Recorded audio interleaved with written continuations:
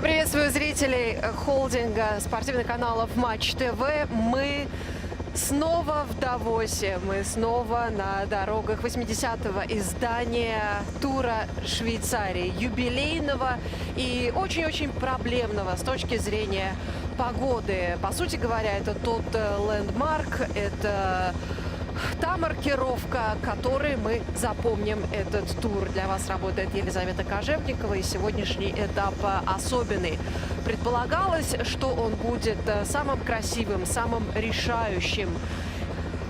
За спиной должно было быть 1100 километров, чуть меньше 16 километров. Ребята устроят настоящую бойню даже на этих 60 километрах, на этом коротком отрезке. Получается, что этап самый короткий за все 9 дней тура Швейцарии. И мы надеемся, что это никак не повлияет.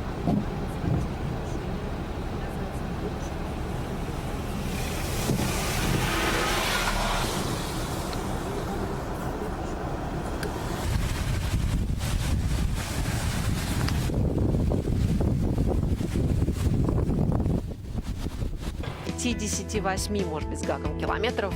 Таков будет итоговый километраж маршрута.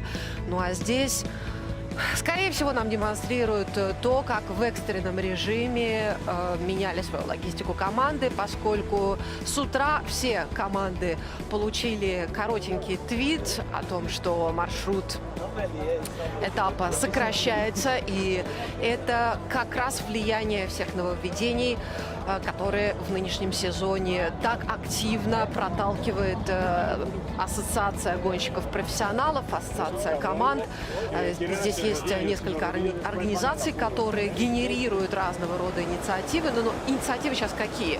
Связанные с безопасностью, со здоровьем, связанные с распределением денег, поскольку командам и то, и другое очень нужно. Тяжело очень сейчас находить спонсоров. Мы об этом говорили много, и, может быть, если позволит сегодняшний хронометраж, поговорим еще, ввиду того, что Тур де Франс позволяет, грядущий Тур де Франс делает эту тему очень актуальной и позволяет говорить об этом, наряду с железом, наряду с характером, наряду с погодой, в общем, всеми самыми актуальными темами, касающимися велоспорта. Поэтому нужно было очень все решительно перелопатить, опять же, с точки зрения логистики. Как правило, ее выстраивают спортивные директоры еще до захода на гонку, все прописывается. Вечером накануне, где-то в районе ужина, ребятам выдаются уже пропечатанные листочки с программами, и каждый знает, во сколько подъем, во сколько завтрак, во сколько там измерение жира, во сколько выход из гостиницы, во сколько собрание в автобусе, когда подписание и, собственно, во сколько старт. Поэтому здесь вот это ровное течение дел и событий было нарушено, и естественно, это требует определенной собранности от менеджмента, спортивного директората и самих гонщиков, но они к этому делу привыкшие, и все уже совершенно по военному фронтовому графику живут. И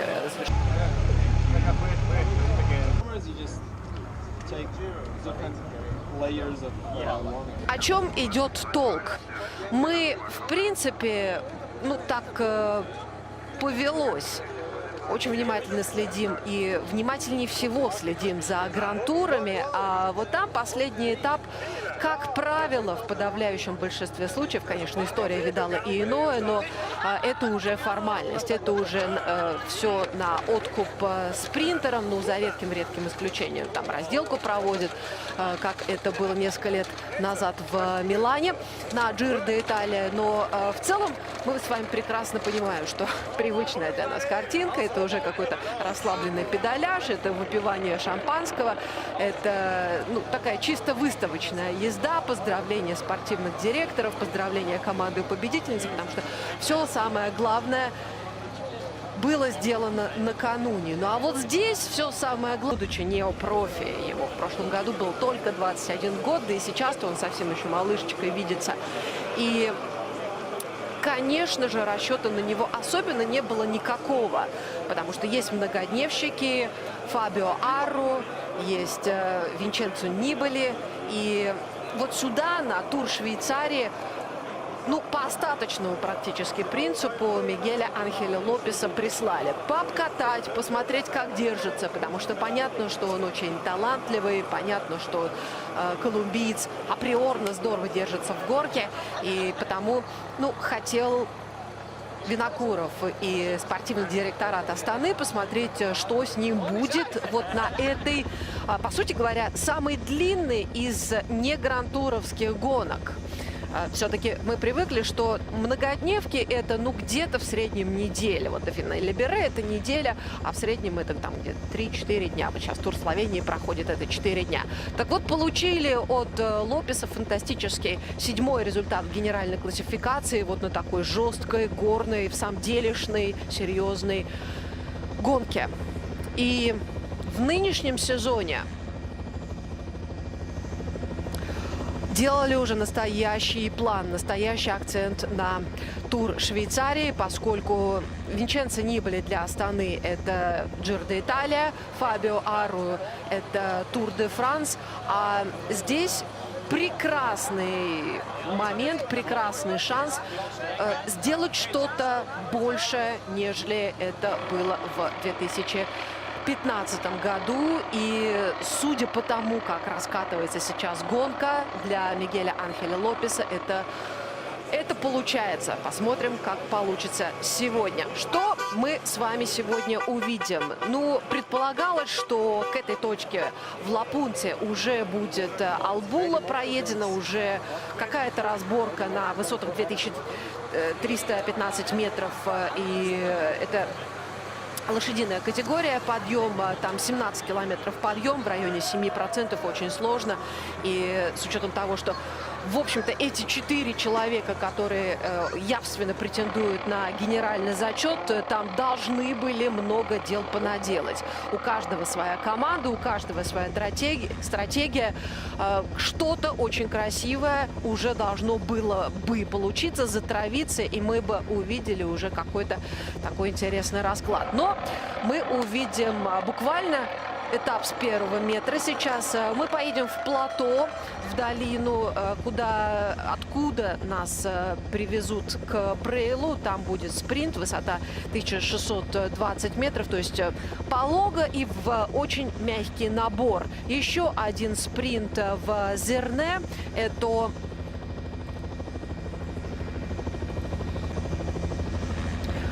буквально рядышком, в 7 километрах от предыдущего спринта.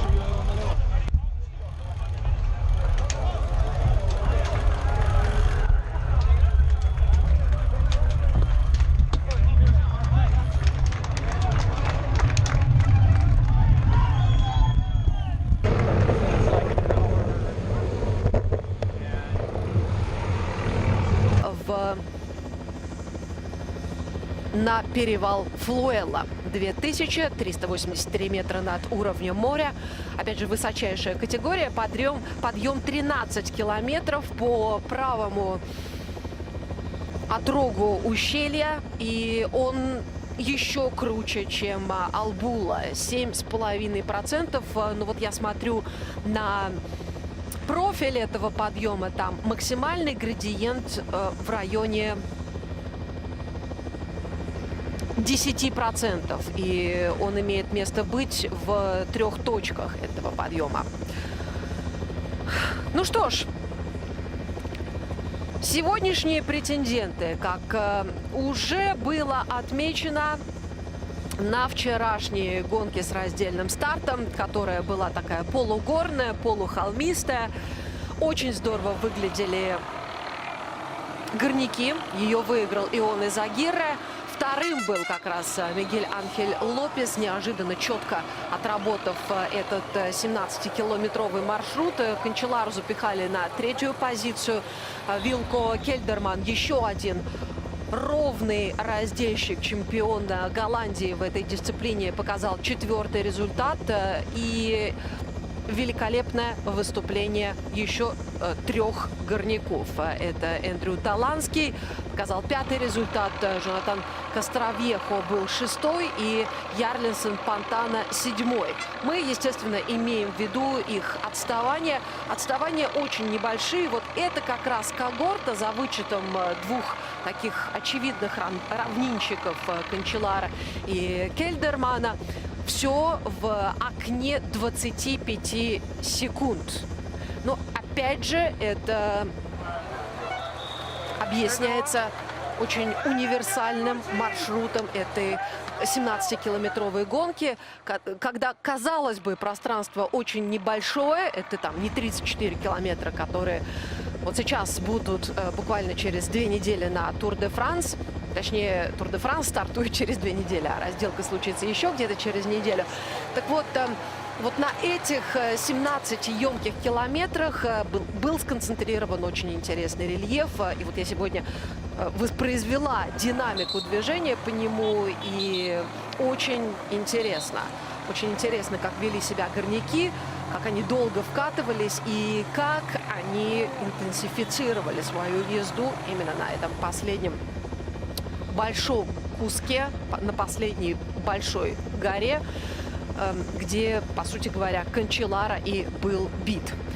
You know, like the stage up to Solden, where, you know, Kelderman kind of cracked a little bit, hung in there. We're not going to have a big long stage anyway for today's stage, but, you know, as we see in the valley, it's fine.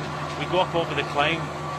You know, it was this morning, it was, you know, but it's lifted again, it's brightening up, but the decision was already made, and yeah, let the race commence, and I'm sure it's going to be really entertaining. Well, interestingly enough, the cyclotourists, the amateur riders in the Tour de Suisse Challenge Sportive, which has been running all week, I think they've had 4 or 5 days where they've replicated the roads that replicated the stage that the Tour de Suisse riders are riding on, and well, they actually did do both climbs today. They went up over the Flüelapass, down and back up over the Flüelapass, and finished, a lot of them pretty cold, wet, tired, but pretty ecstatic and delighted as they picked up their mountains at the podium a little while ago. So the group is heading off, and these short stages can often be twice as fascinating. They tend to pack a punch. They really condense all the racing into such a short amount of time that really there tends to be no let up in the action. So it should be very, very entertaining. You mentioned the GC flight. Let's run through it again. 8 seconds for Miguel López of Team Astana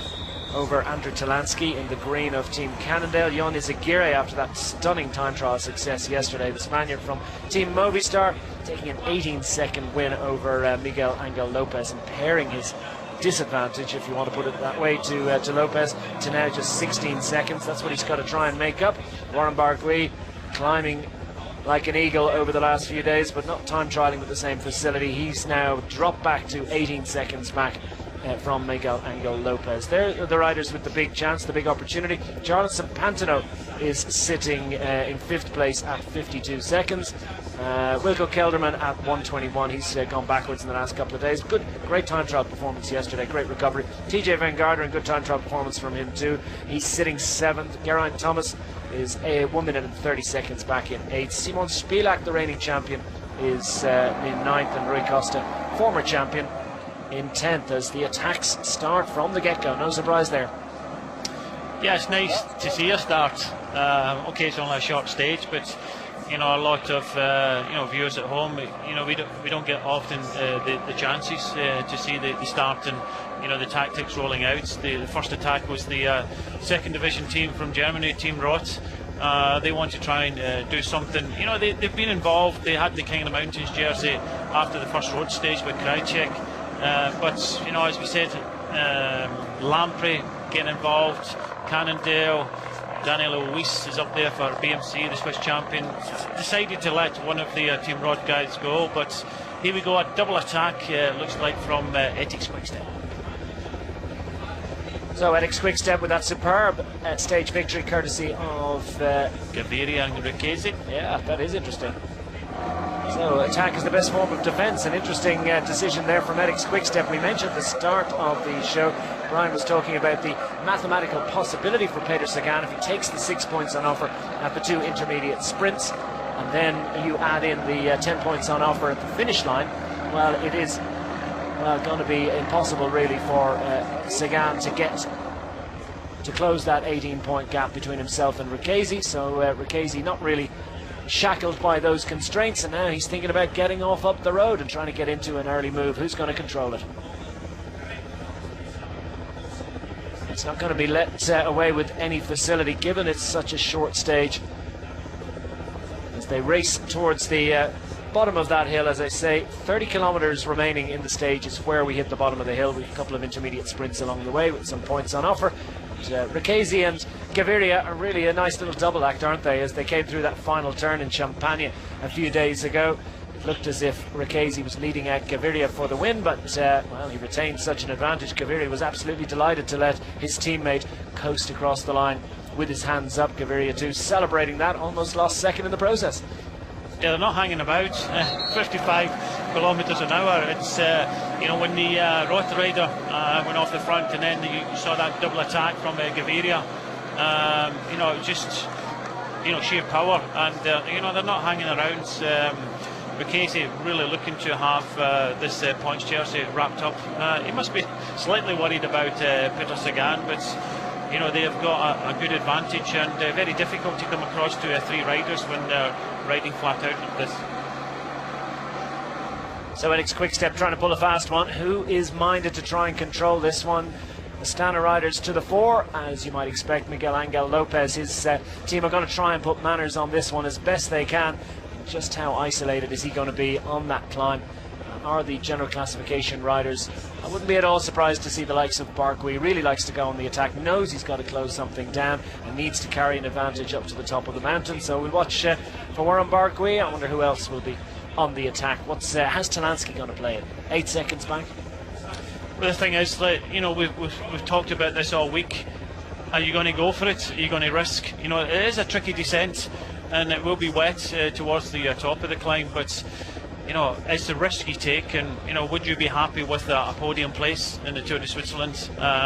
Some people will ride for that, but there's still a few riders maybe a little bit further back thinking more of a stage win, like TGA, Geraint Thomas. They sort of riders, Rui Costa thinking more of a stage win, but they're also thinking of trying to stay in the top 10 because it's points.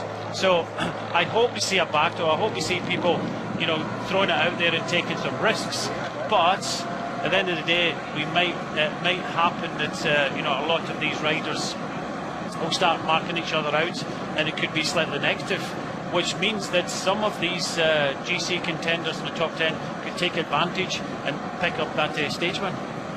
Well, we watch for the battles raging throughout the top 10 as Matthias Kreisek has tried to make his way off the front. A little bit of frustration for Riccesi and Gaviria that their effort was chased down. Kreisek was in the early breakaway on the first road stage, stage 2, back on Monday, and Kreisek had the lead in the mountains competition for one day before Antoine Tolhoek took the blue jersey, which he's going to carry all the way to the line in Davos this afternoon. Kreisek for Team Rot has been joined by riders from Orica, Green Edge, Sky, AG Tourla Mondial. Yeah, Michael Gowash is the Sky rider there, former Polish champion. He's got Sam Bewley for Orica, Green Edge. Still a lot of riders just sitting down the back, letting everybody have their fun, because this is going to be frenetic for the next few kilometres. Elio Kaiser comes up for Ethics as well, so it's fast, it's furious, stop starts, and the attacks will keep on happening as you see one of the Rod riders going up to take another go. Kreisek went, didn't work out, so Team Rod, clearly they've had a rocket from their team manager, and that would have been the message in the team bus this morning. Got to get a rider in the break. Yeah, very much looks like that. They started this race very well, with Kreisek getting in the breakaway in the first road stage, taking the King of the Mountains, and with it being a very difficult tour, they've kind of been very quiet over the last few days, but they're certainly fighting today. They certainly are. They've spread it thin.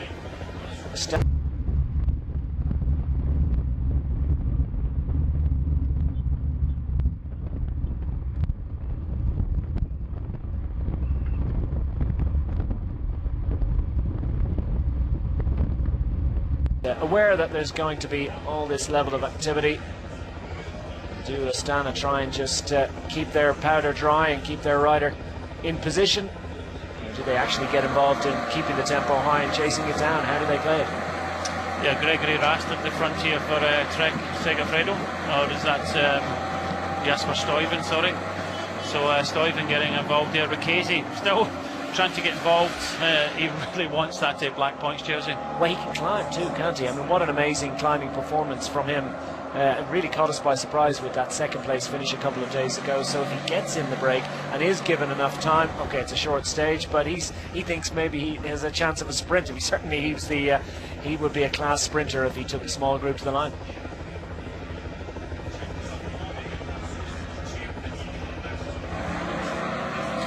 Now Stuyven and Ricchesi. And Stuyven too is a class act in a sprint, so there'd be no gimme for Ricchesi if this one did manage to finally stick. It's Magnus Cort Nielsen, so three very strong sprinters actually trying to get up the road and see if they can pull a fast one on the climbers. Yeah, it is three very strong riders, and there was another kind of 2 or 3 riders trying to come across, one from Team Rods, the other from Verve Active Jet. But I tell you what, when these 3 riders start swapping turns like they're doing at the moment, you have to go faster to get across to them. And it's, you know, if there's 3 riders trying to get across it, I don't think they will. And that's why we're seeing, you know, the gap opening ever so slightly. To get across that gap now, it's going to have to be 5 or 6 riders, because they 3 riders are definitely committed to try and you know, break the back of the peloton. As we say, that's 6 riders now detached. 6 can go across, but any more than that I don't think it'll be possible. As Christian Knaes just swings over, everybody looking behind, so it does look as if they 3 riders will possibly make the break of the day. So are those 3 riders going to hang on out front inside 50 kilometres to go?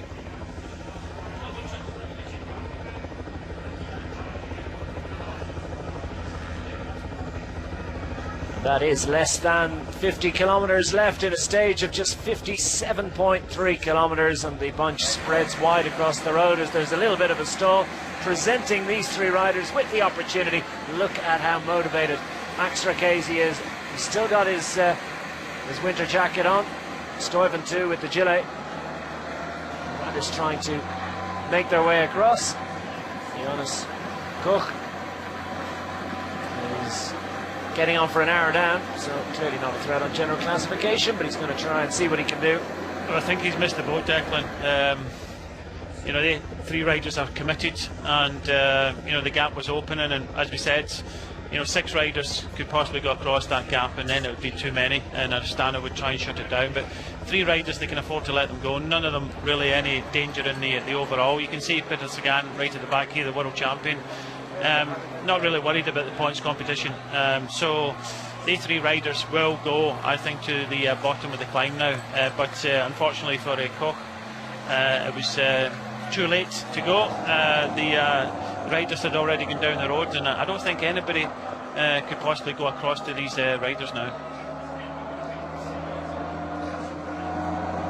Well, it's not much of a gap, is it? So it looks as if the bunch have decided to wake up a little bit. Just for a moment it looked as if they might have been satisfied with this, but now they've started to stretch it thin again, and I've seen a few teams that didn't make this one and have had the instruction that they've got to make sure they're in any sort of an early break. I wonder what sort of a group are going to be out front when they get to the bottom of that climb. Will they have any advantage whatsoever? Team Astana on the front. It's a surprise. Yeah, they're just trying to control things. These are another 3 riders trying to come across. Reinhard Janssen van Rensburg is there. You've got the likes of, I think that's Kaiser. But you know, we're within 1 kilometre. In fact, the 3 riders in front, Ricchesi, Stuyven and Cort Nielsen, will pretty much be on this sprint very quickly. As we start to see them now, they're still working well together.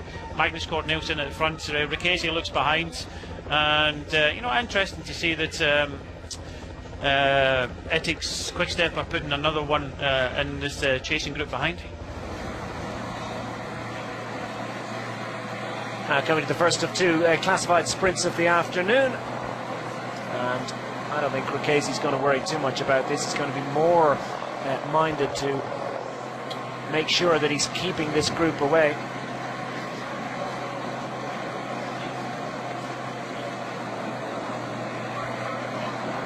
Magnus Cort Nielsen at the back here. Max Ricchesi in the centre for Edix Quickstep.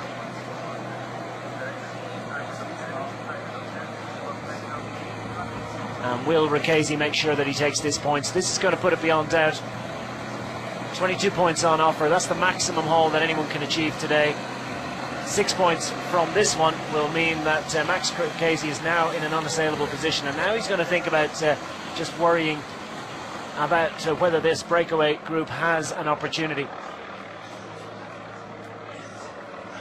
11 seconds is the indication between the 3 riders up front and the large peloton, with riders clipping off trying to get involved, so it's still not a done deal by any means. Early stages, Ricchesi's got his points ahead of Magnus Cort Nielsen and Jasper Stuyven, neither of whom were even slightly interested in that. Little bit of a gain on overall time as well, 3 seconds for Max Ricchesi, again completely insignificant. At the sights and scenes over the Davos clusters, lots of construction at this time of year, as you might imagine. We're in a famous ski resort. Sun comes out. It seldom is wonderful, isn't it? Group starting to expand their advantage.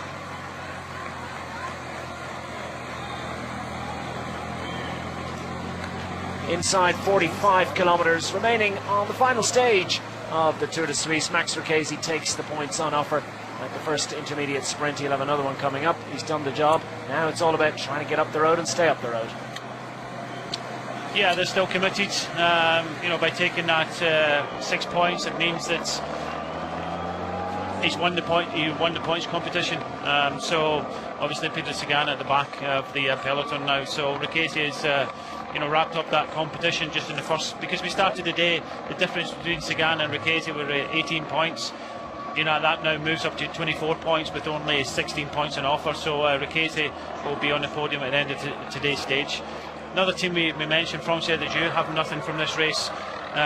So they're getting involved with the chase. Kevin Reza is in there, Michael Gowash. Another team we mentioned, the teams that we thought would get involved: Katusha, Orica, Sky, Lampre, Dimension Data, France de Dieu. They've all been trying to get there. Reinhard Janssen van Rensburg has been trying to get in the breakaway. So it does look as if another 3 riders, one Sky rider, Gowash, Reza for France de Dieu, and I think it's one of the orange jerseys of the CCC trying to go across to them. Geraint Thomas for Team Sky, sitting 8th overall, 1 minute and 30 seconds back from the race lead. It's been a little bit of an up and down week for the Sky man. The man from Wales who has a teammate up the road now. Golesh trying to winch himself across. Kevin Reza is with them. CCC Sprande Polkowice, another team that could do with a decent result. There's Maciej Peterski. Great pair of legs to have in this group. He's a very strong rider. They now in between themselves and the group of 3 up front. So will they be able to make some inroads on Ricchesi, Magnus Cort? Look at that, 61 kilometres an hour. It's ever so slightly downhill on the way to this one and only climb of the day. And that's contributing to an amazing speed. But look at Magnus Cort Nielsen settling into a massive gear. Jasper Stuyven on his wheel, comfortably in there as anyone could possibly be comfortably. And look at how close they run. They really are talented men, aren't they? That they're literally millimetres apart at 60 kilometres an hour plus. Yeah, they're comfortable. You know, it's nice roads. You know, there's nobody kind of dodging holes or bumps or anything like that. They know what the roads are like here, and they've got confidence in each other. Yeah, it's one of the great benefits of racing in Switzerland. There have been some discussions about how the finishes have been designed, and certainly the organisers taking all that on board, but it's been a billiard table smooth surface for them. Look at that newly resurfaced tarmac road there. They really put out all the stops at this bike race. They're very proud of their heritage in cycle racing. They're very proud of their nation, and well they might be, with so many alpine peaks in the region. It really is an extraordinary topography that is presented to you every morning when you pull the curtains back in your hotel and go, wow, what an extraordinary place. It's all chocolate box covers. That's the images you're getting. That's the images for the riders as well, as they sweep through this series of S-bends towards this climb of the day, rushing along at a pace almost matched by the river alongside. And that's the gap. That's the visuals. Are they sweeping out of sight, out of mind?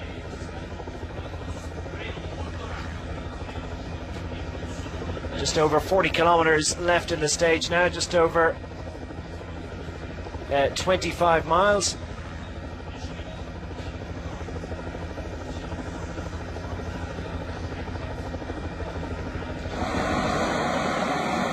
And those three riders up front with a 17-second advantage. Lucchese sitting on the back, still wearing his winter jacket. He's going to carry that one. That windsock suggesting heading into a bit of a headwind. You wouldn't know it by the pace of them. No, the pace has been up, but you know, they've not been given any leeway. But the peloton still very active. You know, we're averaging well over 50 k's an hour at the moment, and you know, Stuyven trying to get a little bit of shelter behind that photograph motorbike in front. But Lucchese, as I said, he's taken the first sprint. There's another sprint of the day. All he has to do is get to the finish, and he'll be on the podium taking the final black jersey, the points jersey of the Tour de Suisse. We're inside 40 kilometres to go on the 9th and final stage of the Tour of Switzerland. There's a three-rider group up front, just inside 20 seconds their advantage, racing towards that final hill.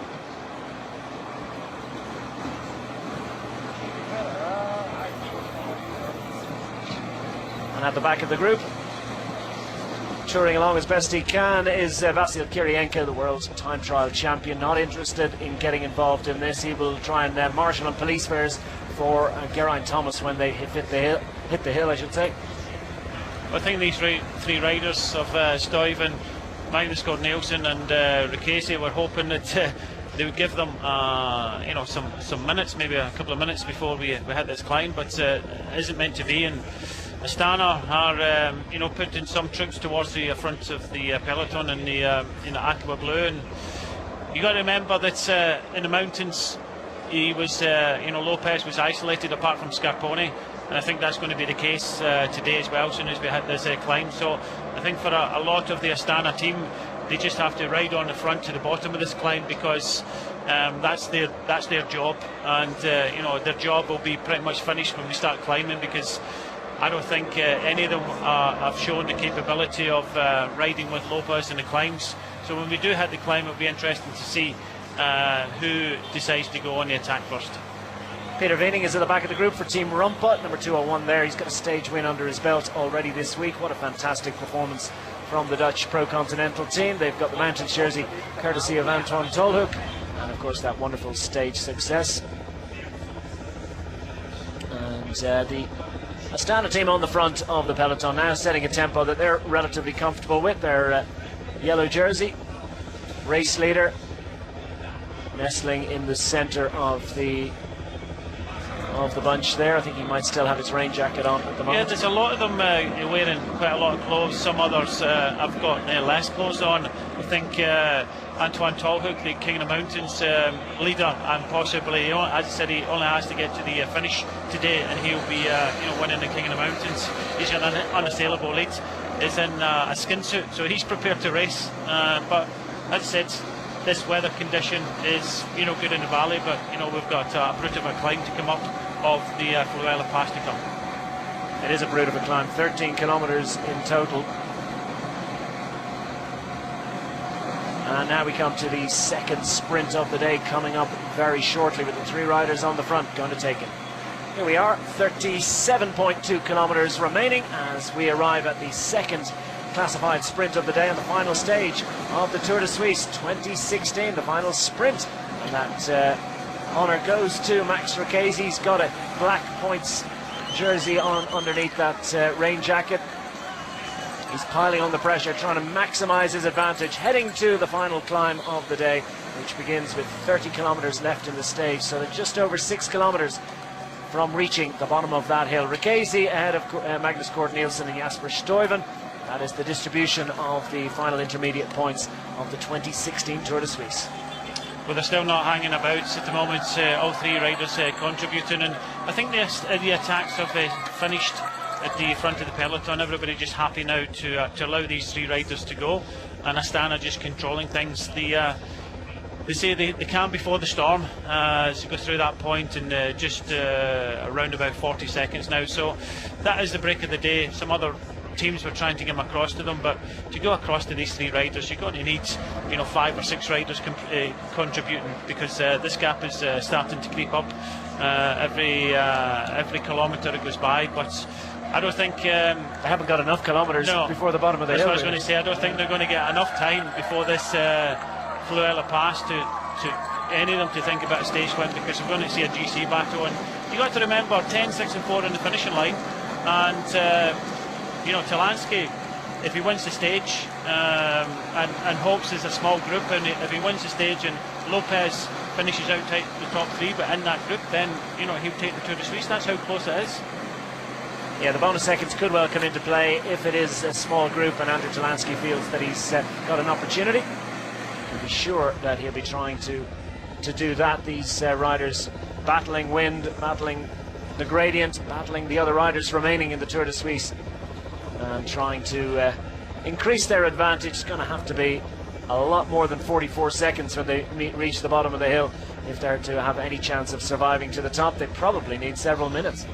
Yeah, we'll only get 5 kilometres, you know, I can't see them getting to much over a minute, even if it gets to that, a minute in the next 5 kilometres, because the peloton are just, you know, riding a good tempo. Astana controlling things towards the front.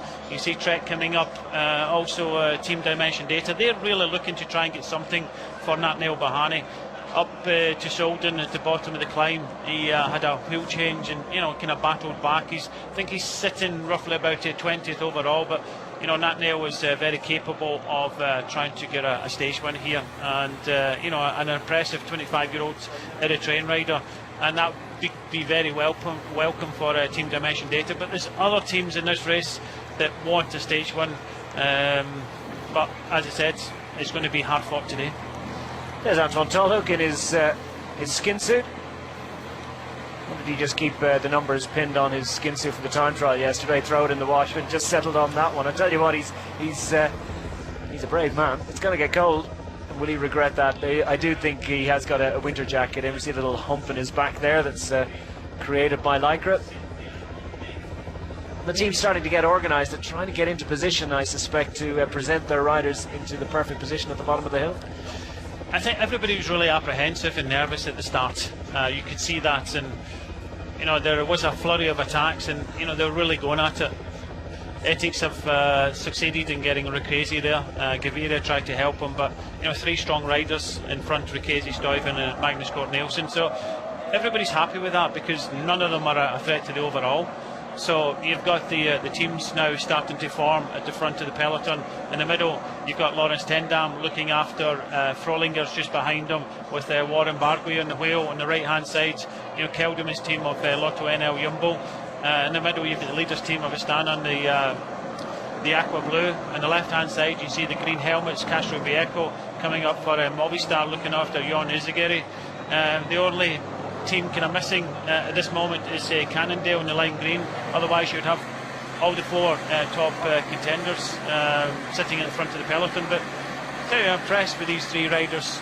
You know, never say die, really riding as hard as they can, and they know they've got a brute of a climb to climb in the next few kilometres. Well, on a long road stage, you'd often see the peloton literally switch off and maybe take a natural break or whatever, and just completely, and then the gap can race up several minutes within a few kilometres. But they just don't, well, they don't need any of the natural breaks. They don't need any breaks whatsoever. And of course, the riders are starting to sort of mass towards the front of the field, and that tends to bring on a little bit of extra impetus in the bunch, as Stuyven nearly gets well, it's important, Declan, that Astana take control of the race, and that's what they've tried to do. They don't have to. Said the riders that are in front, Ricchesi, Stuyven and Magnus Cort Nielsen, are nowhere in the overall, but it's a show of strength. But the other teams are starting to come up and starting to boss the front of the peloton, and Astana are starting to kind of drift back a little bit now. Just as we said, Cannondale weren't there, they come up to the front. So on the right hand side you see Giant Alpecin looking after Barguil. Elming has been looked after by IAM. In the middle you've got the lime green jerseys of Talansky's team of Cannondale. Next to them you've got Astana and the kind of aqua blue. On the left hand side you've got Kelderman's team of Lotto NL Jumbo.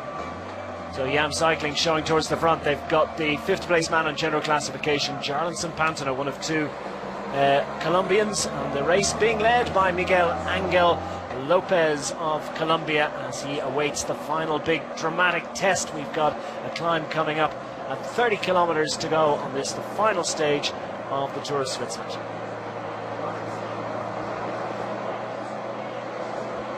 Team Lotto NL Jumbo on the right-hand side of the bunch. Sorry, left-hand side of the bunch, right-hand side of the picture just a few moments ago. The riders at the back of the group are just touring along. Well, I say touring along at about 50 kilometers an hour. Almost a minute advantage now for the three riders up front. It's not going to be enough, but they're not giving up either. Great to see that sort of ambition. At the back, Hook Doyne has plenty of wet gear, doesn't he? He's got long gloves. A lot of the riders nervous about the weather conditions that are going to face them when they hit the bottom of this hill. Yeah, you just see Pantano just getting into formation. His IAM team looking after him. In the middle you can see Tyler Ferrer just looking around to see where Nathaniel Bahani is. They want to start at the front of this this GC battle, and Tendam doing a really good job. He's got Frolinger behind him over on the left hand side in the black, but these three riders still swapping turns, not reached a minute yet, and we've only got just less than a kilometre to the bottom of this climb now. So Max Marchesi, 33 years of age, the first Argentinian stage winner in Tour de Suisse history, coming back from that broken femur at the beginning of the year in the Tour de San Luis, coming back with style to get a World Tour stage victory.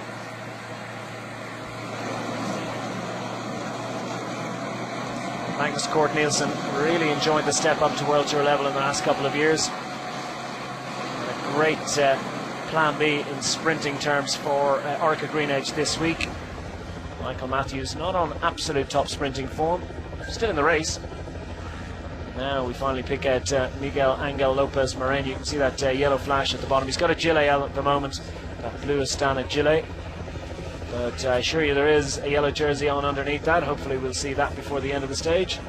You also see just on the right hand side Geraint Thomas trying to move up for Team Sky. So all the GC contenders up towards the front, their teammates are looking after them, because I think when we get to this climb it's going to be a battle, and their job will be pretty much done. So 30 kilometers to go, 54 seconds the advantage.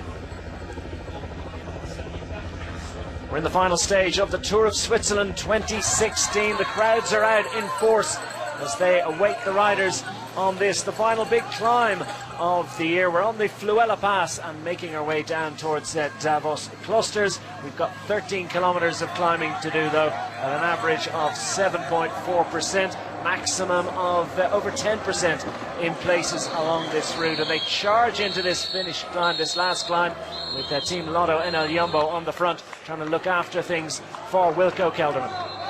Yeah, that was just crazy. As it's all to get their team leader into the best possible place, and that's their effort done. And they'll just drift back now into the peloton and try and get over the pass as best as possible. You just see the Lotto NL Jumbo rider just disappearing on the left hand side. But it's Bram Tankink. It's right up towards the front. He's a very experienced rider, so it does look as if they want to set a very good tempo up here. I'm not too sure if Kelderman can take enough time back, certainly for the overall, but you can just see all the bottles being jettisoned. I can't even say that word. Being thrown, jettisoned. You're just thrown to the side of the road there, because they don't want to carry them up this mountain. But you can just see the pace is really on at the front of the peloton, and that's purely because they're set up for this.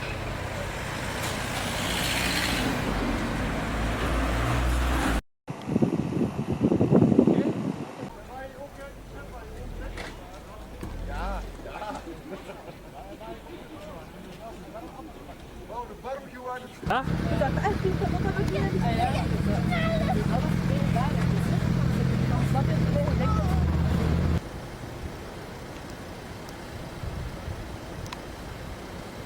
Etappe in Gali.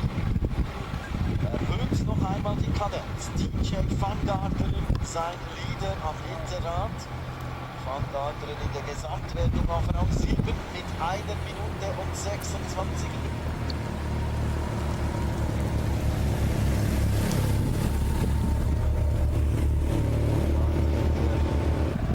It's a GC battle, but there's a stage 1 still up for grabs. Well, Wilco Kelderman, what a great recovery from him, because he had such a difficult day on the Rettenbach Ferner a few days ago in Austria. Vicious climb, not able to hang on to his yellow jersey, and but he did recover yesterday and finished an impressive 4th on the stage, 21 seconds back from Jan Izagirre. No one to touch him. Within 2 seconds of the great Fabian Cancellara was Kelderman. So Kelderman obviously has recovered. This is a short stage. It's on offer. Jasper Stuyven, Magnus Cort Nielsen, and they'll soon be back.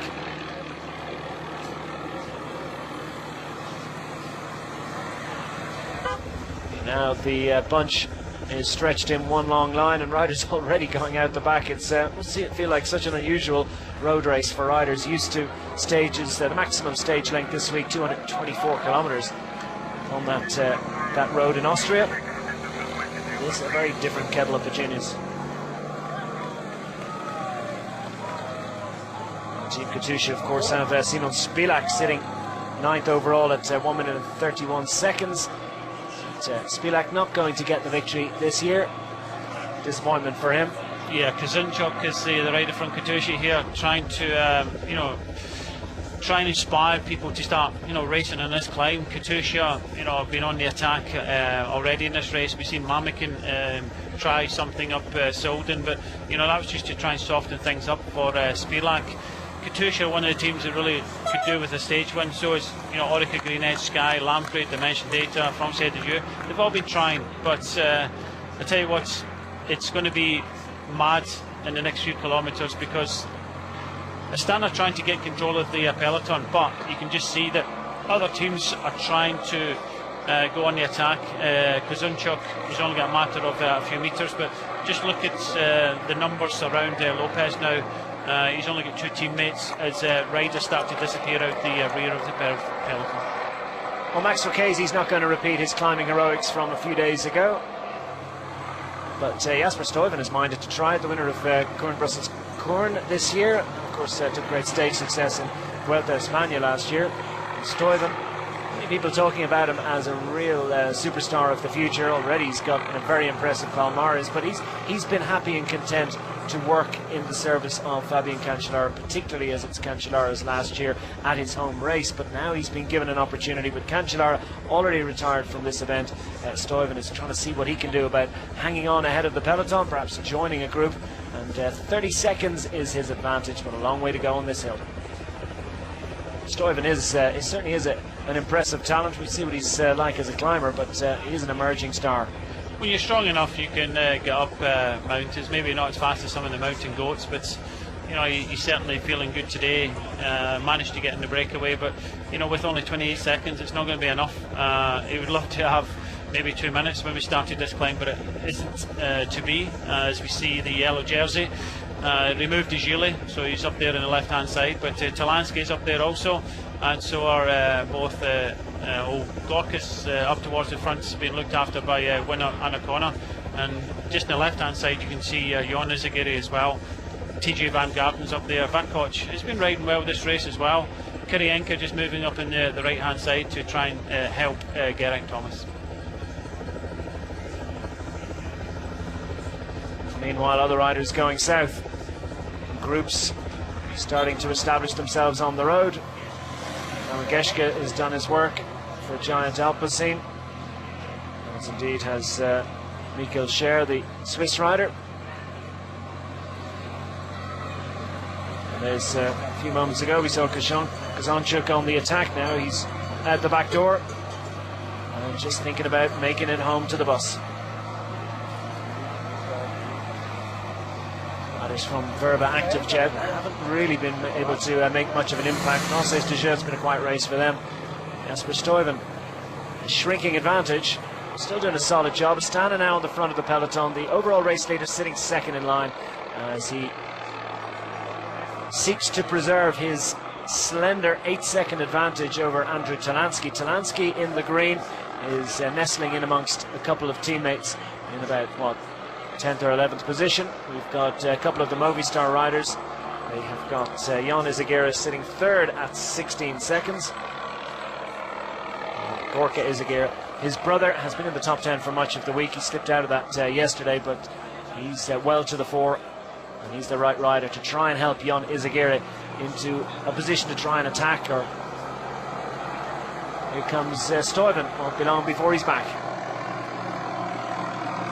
Just not quite the same power to weight advantages on the slopes, which, as I say, stretch over 10% in places on the hill. It's a fairly constant climb. After a couple of kilometers at 7.2, 9.2, then it levels off ever so slightly to 5%, and then a grippy little one at 10%, and then a series of kilometers between 8 and 9%. It's by any measure a very, very difficult climb, only really for the superstar climbers, and it's been a race of significant altitude this year, Brian. A very climby one, as they might say.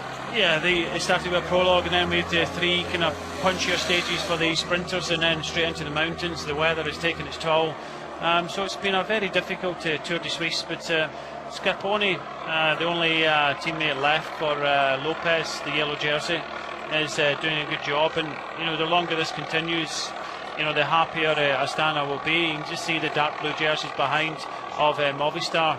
They have to start thinking, what can we do? And I think, with the top of the climb coming in just about 10 kilometres time, it will mean that they'll use up Scarponi. They'll just let him sit at the front of this dwindling group of GC contenders, and allow him just to wear himself out, try and isolate López, and probably attack him within the last 5 kilometres of the top of this climb. Well, Martin Elmiger still just about in the bunches, sliding off the back with Peter Vakoc of Edix Quickstep, and Michael Scher, I think we saw him going a little bit earlier, so Elmiger is controlling that advantage in the best Swiss rider competition, 3 minutes and 38 seconds. He needs to at least be mindful. Still, Jasper Stuyven hangs on ahead, as now we start to see a little bit of activity on the front of the bunch. Yeah, they don't want to give Astana their own way, and it was just settling down now. They weren't bringing Stuyven back that quickly, which means the tempo wasn't as. So David López has decided to go on the attack. They want to try and stretch this out. This is the final day. There is only a matter of seconds between the kind of top 4 riders. There's a stage one up for grabs. I don't think there'll be a huge reaction because David López is really chasing a stage one rather than either helping Geraint Thomas or thinking of the GC, so they can afford to let David López go. A very talented and gifted climber towards the end of his career, and very capable of getting a stage one for Sky today. So Vasil Kirienka, doesn't look like it's going to happen for him today, as his teammate David López has decided to try his luck off the front. López sitting 38th overall at 34 minutes and change, 34 minutes and 33 seconds. Suffice it to say, he's not a threat overall. Scarponi and co are not going to be really all that interested or worried or concerned, so López just trying to tap out a rhythm that carries him clear of this group. It's a dwindling group, not too many left in it already. 10 kilometres, just under 10 kilometres, a little bit over 9 kilometres now from the summit of this climb. Summit is reached with 17.7 kilometres remaining in the stage. Now the group of top riders whittled down to not much more than 20. Well, Scarponi is not really wanting David López to go, and López is possibly thinking, there's two scenarios here. Either Geraint Thomas is feeling good, and he could probably fire across to him in the final few kilometres of this climb and descend and try and take some time back and move up in the general classification. Or he's just thinking of trying to do something with regards to potential stage one. It'd be a nice return from the week for Team Sky. They went in with overall ambitions courtesy of Geraint Thomas, who was second in this race last year, but hasn't quite worked out for Geraint. But nonetheless, he seems in reasonable shape for looking after Chris Froome in July. It'll be interesting to see what form that Geraint Thomas takes to the Nationals next week. I presume he's going to be involved. Now with Darwin Adapuma to the fore for Team BMC. TJ Van Garderen on his wheels, so that is something that Scarponi needs to be mindful of. Has a little look around and finds his yellow jersey teammate Miguel Ángel López is not all that near the front. Yeah, it just wasn't fast enough, and TJ wanted it to be faster. He's already won a stage, thinking of moving up in the overall and thinking of another stage. He had a bad stage into I think it was Amden when he lost a few, almost a minute or more when he cracked in that climb, but he seems to have recovered since then, and TJ Van Garderen thought that Scarponi just riding too slowly and wanted to up the tempo and put the other GC contenders in a little bit of trouble. Well, this is exactly what we want to see. This is the first challenge really that we've seen on this climb. It's a long way to go to the summit of the climb, but great to see TJ Van Garderen put a rider on the front, decide that they're going to try and see if they can put this man under a little bit of pressure. He looks okay at the moment, Miguel Ángel López, but only he knows exactly what sensations that he's got in his legs. Just 22 years of age, Miguel Ángel López racing to glory in the Tour de Suisse, or is he? He's been picked for these for the Colombian national team for the Olympics coming up in August. He's not lined up for the Tour de France. But the Vuelta, I think, could well be on the agenda. His first 3-week stage race in the offing for a 22-year-old. And Colombians abound towards the front of this peloton. Darwin Alapuma has a stage win to his credit. That busy climbing style. Just saw that one of the Katusha riders came up there, looked as if it might have been Mamakin, and just looked over to Simon Spilak to say, he gave the the throttle sign as if to say, do you want me to go to the front to lift the tempo up? We started the climb with Astana controlling things with Scarponi. It wasn't fast enough. The GC riders want a battle here, and they want to use their teammates up to make it very difficult. You can see Atapuma stretching this lead group out. We're still, a long way to go to the top of this climb. Just over 8 kilometres, so a long way to the top.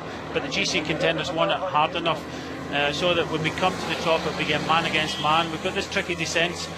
We go round the town of Davos and finish where the time trial finished yesterday. But it does look as if TJ is up for a fight today. They started to swing around a bit at the back, aren't they, Bowman, from Team Lotto and El Jumbo, hoping that the pace might relent a little bit, and Atapuma finds himself off the front. And now the reaction from Katusha and from Team Movistar. Well, this is interesting development now. TJ has decided that he's going to slip back a little bit. They let the gap go, and Lopez is there. As we said all along, there's a stage win still up for grabs. Atapuma's already got one, but strangely enough, TJ has decided, well, maybe if I'm not going to get the GC, another stage win for the likes of Atapuma might be on the cards. He seemed to be riding well today. As more riders, Nathaniel Bahani joins this group. Winner Anacona's there. We've already said Lamprey need to get in the mix as well. So a small group thinking of the stage one now. No GC real threats of this group, but certainly riders thinking of a stage one early on this climb. Jorge Arcas is in there as well for Team Movistar. They're in flying form all week. Stana now taking position on the front once more, courtesy of Michele Scarponi of the yellow jersey group, but they'll perhaps be content, Scarponi and Miguel Ángel López, with the fact that Team Cannondale and Andrew Talansky haven't really shown to the front so far. Sitting on the wheel of the yellow jersey, who's second in line there of that jersey group. Looks like they're already back to those attackers. Yeah, Scarponi closing us down, but with all this happening, we still got David Lopez hanging out the front for Team Sky. So that acceleration from Darwin Atapuma is not really kind of dented the lead that Lopez has got. So it just goes to show you, with this GC group, the yellow jersey group kind of strung out with Frank Schleck at the back here, Lopez is still doing a very good ride in front. Frank Schleck, a former winner of this race, not really able to relive old glories in the climb so far this week. Rui Costa sitting 10th overall, 3-time winner of this race from 2012 through to 2014. And there is the hero of yesterday, Ion Izagirre, unstoppable in the time trial. Warren Barguil not too far from the front. And Lopez being attended to by Michele Scarponi. Scarponi having a very strong Giro d'Italia. Now Adapuma goes again, but finds that this group has been towed back up by Scarponi. Adapuma happy to set the tempo on the front and just stay there, making it as difficult as possible for López. Yeah, that's what his job is. And that's what they decided to do. They're not going to leave it all up to Scarponi, because the longer Scarponi controls things, the easier it is for López. But you know, the tempo's still on. You just look, you know, they're not riding up this climb in a group. They're riding it up at a very good tempo, and you know, David López is still hanging out there, so he's obviously got very good legs. No signs of activity yet from Andrew Talansky. How do Cannondale play it? I think the GC contenders are going to wait. They are going to use their teammates up on this climb to look after them.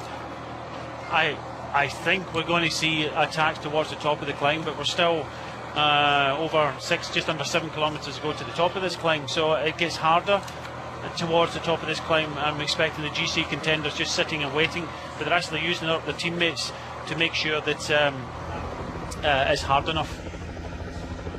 David López, now 35 years of age, leads the field by 23 seconds, but still quite a bit of this climb remaining. The final climb of the Tour de Suisse 2016. López, that punchy style, not dissimilar to the man just in front of him, Darwin Adapuma. A lot of movement on the bike, but very effective in terms of getting the pressure on the pedals. Adapuma just dropping back a little bit, as Mamikin it is that's setting this tempo. He's giving it some throttle. Yeah, he came back before and said, you know, asked Spilak if he, you know, wanted to go to the front and keep the tempo up, which means that, you know, there's going to be a GC battle, that's for sure. But there's a stage one. There's a lot of riders haven't got anything from this. A lot of teams haven't got anything. Trek won the first stage with Cancellara. Tinkoff 2 stages. Lucchesi with Ethics. Adapuma with BMC. Winning with Rompot. TJ won up Solden. And Davos time trial yesterday with Movistar, which means that you see one of the AG2R riders just swing out there, couldn't hold this tempo of Mamikin. It means like teams like Katusha, Orica, Green Edge, Sky, Lamprey, Dimension Data, France Dieu haven't got a lot to shout about in this used Tour de Suisse, and they want to try and get something out of it today. I'm not sure that Adapuma is not struggling a little bit. Or perhaps he was just trying to drop back into the group to find TJ Van Garder and bring him back up. It looked as if he might have been struggling. We'll get full realisation and confirmation of that very shortly.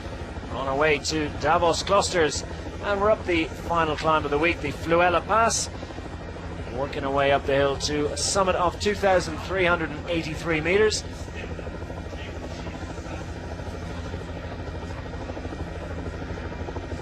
Flüelapass, a regular appearance on the Tour de Suisse over the years. 17th occasion that this race has gone over the Flüelapass, one of the more popular climbs in the race. Popular, that is, in terms of the race organiser, maybe not with some of the sprinters. López, his gap almost completely eradicated at this point. Arcas, we saw him to the front for a little while ago,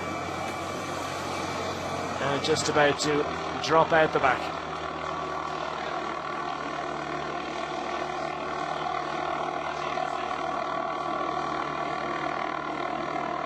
Now AG Tour Le Mondial, what can they possibly drag back out of this race? They've led it, of course, courtesy of Pierre-Roger Latour for one day, picked up a chest infection, and they weren't going to risk the health of the 22-year-old, so Pierre-Roger Latour has been retired from the race a couple of days, so now AG Tour Le Mondial searching for stage glory.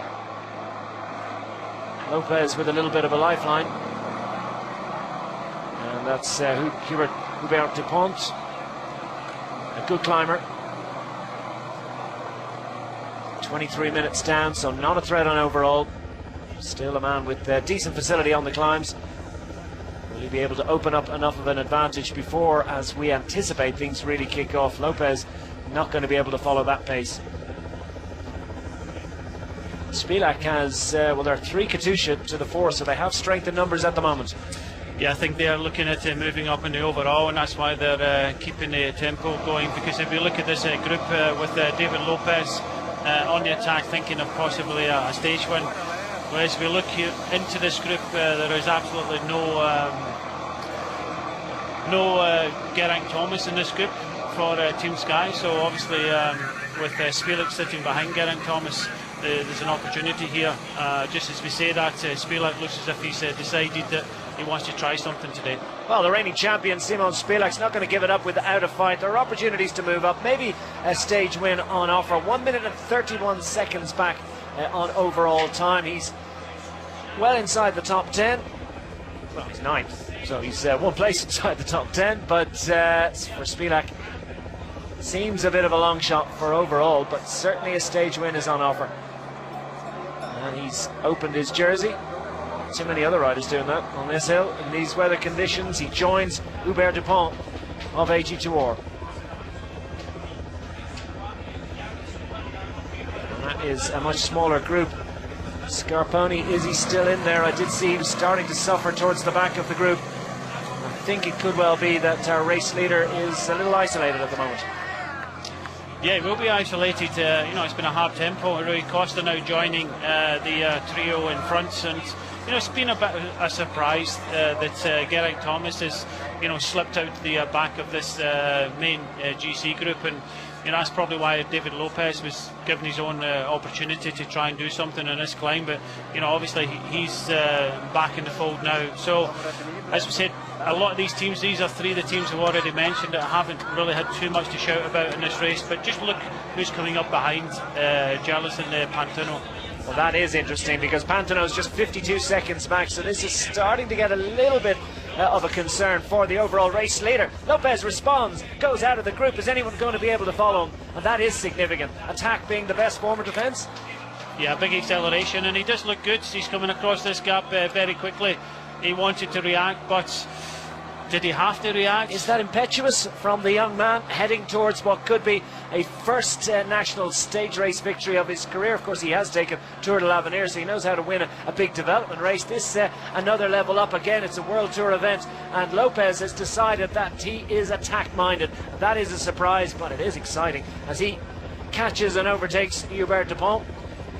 Very shortly, we'll be joining up with Pantano, Costa, and Spilak. Dupont gets the extra impetus, and very shortly we could have 5 up front, including the yellow jersey of overall race leader López. Will these riders ride with him? And TJ Van Garderen has responded. Yeah, it's people are showing their cards. People are just sitting back and waiting. Movistar are just sitting there with Jon Izagirre. TJ comes up, and yes, all starting to happen. There's still a good 4 kilometres left of this climb, so with the López shutting things down, he definitely is isolated with TJ Van Garderen just passing Dupont now and coming up to the yellow jersey group. Yeah, Dupont is struggling. I don't think he's going to be able to follow this pace, but López finds himself on the front, setting the agenda, setting the tempo, trying to put more time between himself and Andrew Talansky. Could it be that Talansky's struggling a little bit, or Cannondale playing their cards a little closer to their chest and maybe just a little bit more sensible about it? This is the way it's playing out on the final hill of the Tour de Suisse, and it is absolutely fascinating fare. That's something we didn't expect to see. Yeah, the other rider that hasn't come into play yet is Warren Barguil of Giant Alpecin, so he's just kind of sitting there waiting, or does he have sore legs? Very difficult with these mountain stages, and then obviously having a time trial yesterday.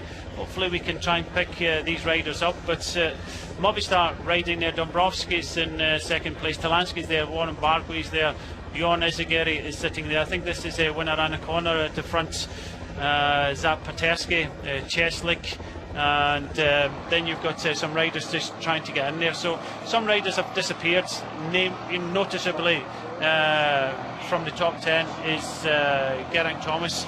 So Janetsky is there, and there could be some movements. It's just disappointing that Geraint has battled, but today in this very short stage he's nowhere to be seen. Disappointing too for Wilco Kelderman, sitting 6th overall at 1 minute and 21 seconds. The Lotto NL Jumbo man, erstwhile race leader, is dropping out of the back of that group. López looking nervously behind him. He's clearly full of fight. He's got great legs this week, but does he want to commit with still several kilometres to go to the top of this hill? So about 3.4 kilometres by my reckoning, so still 3,400 metres of tough climbing action. That's a long, long way. When you're on a climb like this, Rui Costa's feeling the heat. Feeling the heat on a very cold mountain. Spilak too, at a pace that López finds more comfortable than them. Behind, winner Anacona, looking after the tempo, and it looks like he's closing this one at a sensible, gradual rate for the riders chasing. Sander Armé is out the back for Lotto Soudal, and so too Hubert Dupont of AG Tour Le Mondial, who was up the road not so long ago. So as we look at the top 10, López, Talansky, Jon Izagirre, Juan Barguil, Pantano are all there. Keldum in the 6th place, he's disappeared. Van Garderen's there. 8th place, Geraint Thomas has disappeared. Spilak is there. So Rui Costa rounds out the top 10. So 8 of the 10 top 10 overnights are still in this race, still in with a battle. But you know, López certainly right in the front with Pantano and TJ Van Garderen, and looks very good at this moment. Well, no great rain as we get closer to the summit, but just starting to see little spots of rain on the lens. So clearly it's pretty cold up there. López, though, stomping away on the pedals. Van Garderen is equal to the challenge at the moment. Jarlinson Pantano is hunched over his bars. Looks like he needs a little bit of extra concentration. Behind, at a distance now, Rui Costa. A little bit further behind him, Simon Spilak has been dragged back by the Cannondale and Movistar-led group. A shake of the head from Van Garderen. No, I'm not going to help you. Well, he doesn't have to. You know, it's the yellow jersey in the leading group, and TJ is thinking, well, I'm not going to take any time back. He's 1 minute and 26 seconds behind him. He cannot, I don't think, possibly take that amount of time back. So he's just shaking the head. He's just happy to be there. He'll keep a good position in the overall, but I think TJ is thinking of a possible stage win here. We're on the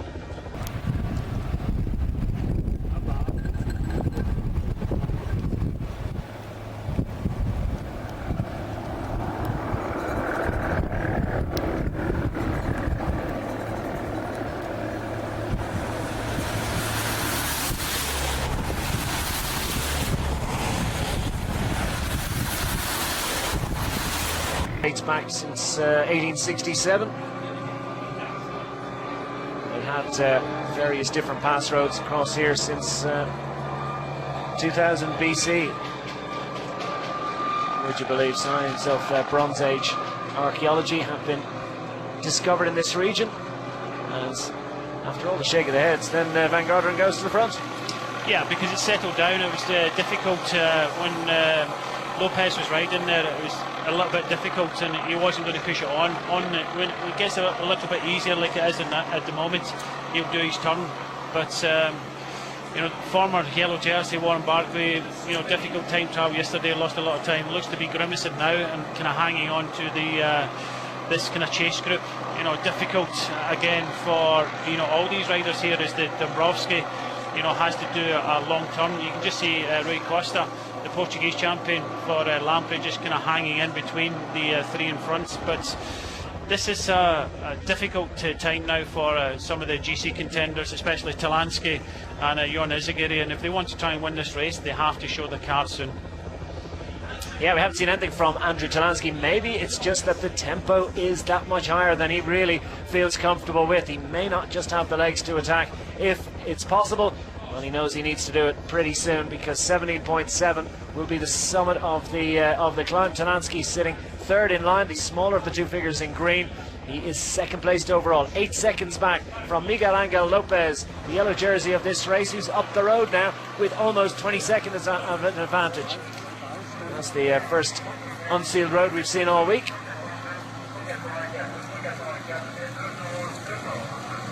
And that is could well be a little bit of a nervous moment, because it's not going to be easy to get service up here if you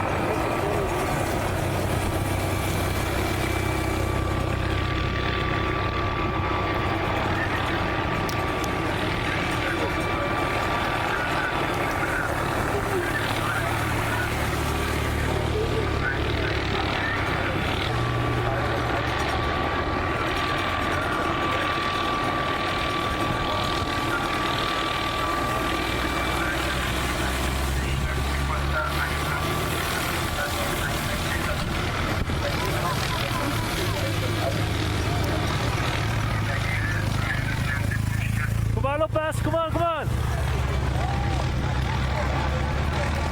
Allez, TJ. Pantano.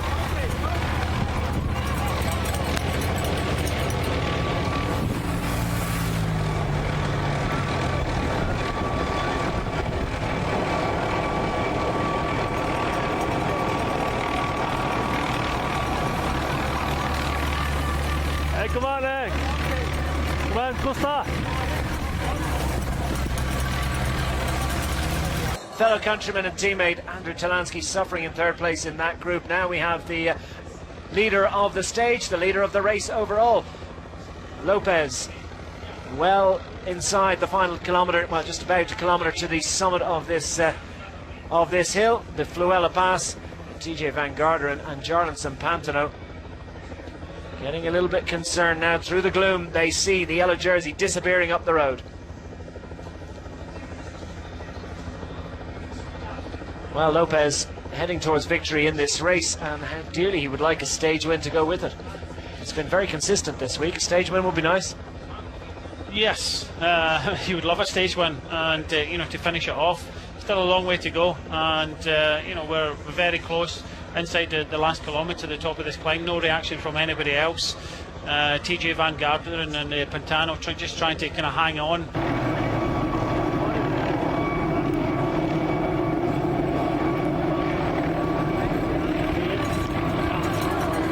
Come on, eh? Speed up.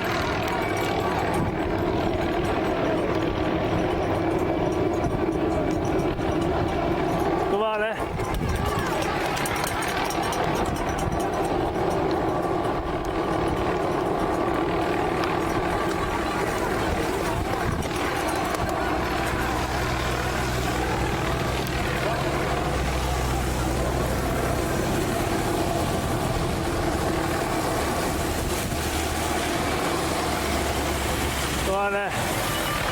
Go on, go on.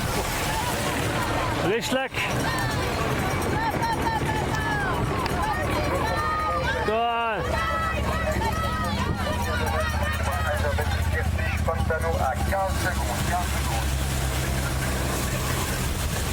Go on.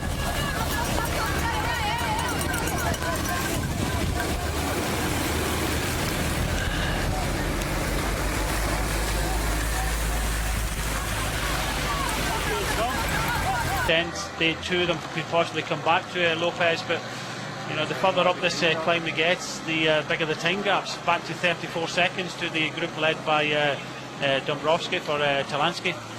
Well, López could, of course, be mindful of the fact that, as you mentioned earlier, Brian, there's just 8 seconds between himself and Talansky and 10 seconds on the line. We could well have a sprint for victory on the stage between a group of non-sprinters, so Talansky would have an opportunity still.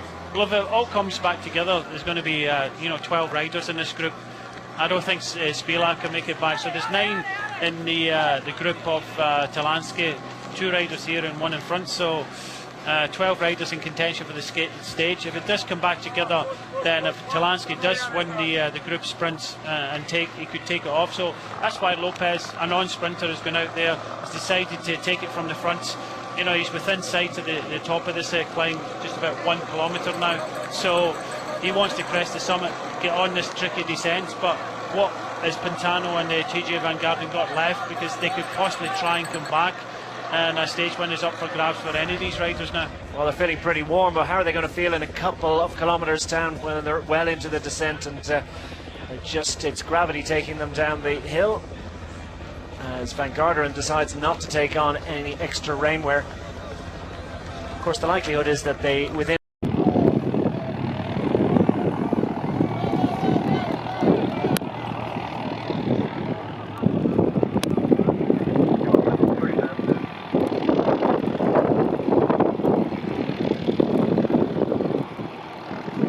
into better conditions as they go down the hill, so that's what they've got to hope for. Not too many riders with long fingered gloves. Miguel Ángel López at the front of the race, 25 seconds now, his advantage. A further 13 seconds back to the group containing the second place man in this race, Andrew Talansky. López not even requiring the top sprocket on his block. There's just no stopping this man. He looks It's really easy. Of all the GC contenders, or of everybody in the front of this race, he looks so easy. He just has to be careful on this tricky descent because his gap is going up and all the time, and I think it's going to be very difficult to bring him back now, because you've got to remember the riders in this group now will start to think of their second and third place, the podium place, and so I think Lopez, he's shown a clear pair of wheels to everybody, and everybody knows he's the strongest in the day. He's just got stronger and stronger over the last few days, that they'll start to think now of how can I finish second and third in this race. Bit of a dangerous moment there for Warren Barguil, sitting fourth overall as he finds himself on the wheel of Pavel Cislek, and Cislek seems to be suffering a little bit, so a few little cracks starting to appear in that group as we approach the summit of the climb. Jon Izagirre as well is now going to make his way over to TJ Van Garderen and Jarlinson Pantano, so now just Lopez out front.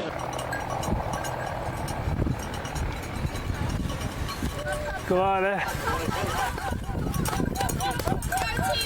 And then the rest of the group behind at a remove of 45 seconds as he reaches the summit of the climb. It is your overall race leader Miguel Ángel López has taken on a rain jacket to put on over that yellow jersey, and it's now revised. 35 seconds to the next riders behind. Group of 4 riders.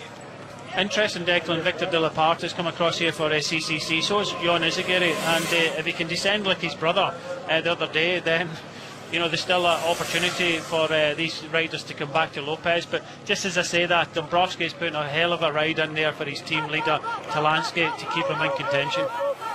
He certainly is. The green of Cannondale to the 4. Izagirre now having gone up the road a little bit. That means that no assistance from winner Anacona, who's been doing a really solid job as well for Team Movistar.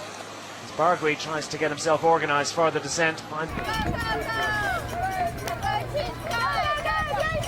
Go on. Tom, Kirienka. Thomas. Marcos.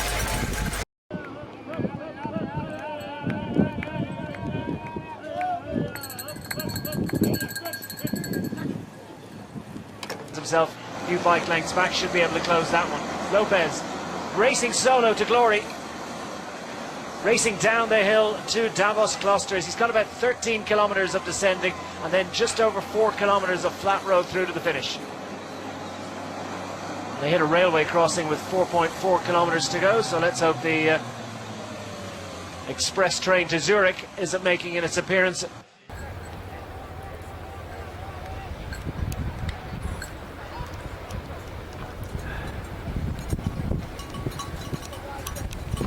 Hey, Bram.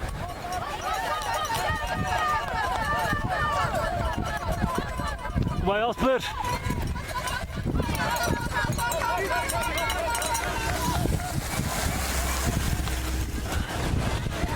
Allez, Scarponi.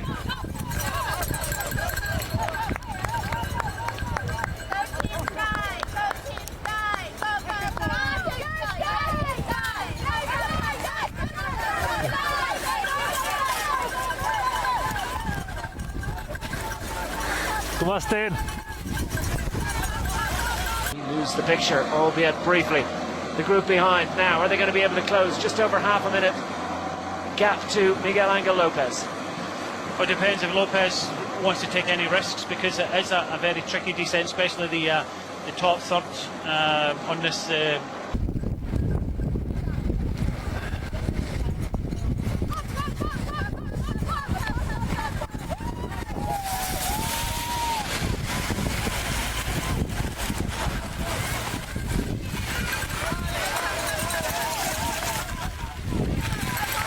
This side now, but there seems to be a bit more of a general regroupment now. Talansky doesn't seem to be liking this descent. Rui Costa wants to obviously come across to this front group. Potentially he is a fast enough sprinter that if it does come back together, there's a stage winner for grabs. But Lopez just has to be very aware. He can't take any risks in this on these corners, because if he slides out, he'll be caught by the chasing group. So he's able to pick his own line around the corners. I suppose in another way, nobody is marking the road for him.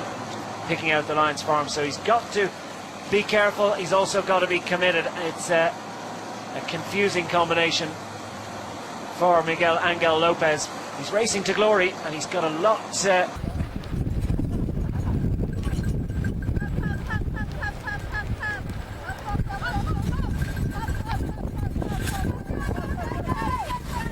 Right.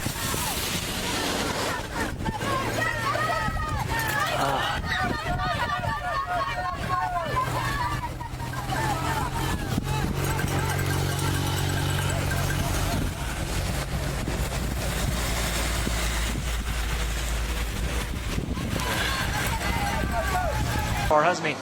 45 seconds back, so 15 seconds now between the Izagirre group and the group of Andrew Talansky. Izagirre with an opportunity to move up into second place overall. There are 8 seconds between himself and Izagirre. 8 seconds down, Andrew Talansky starting the day from Miguel Ángel López. Izagirre 16 seconds back. Warren Bargui has just about managed to latch onto the back of the Talansky group. He's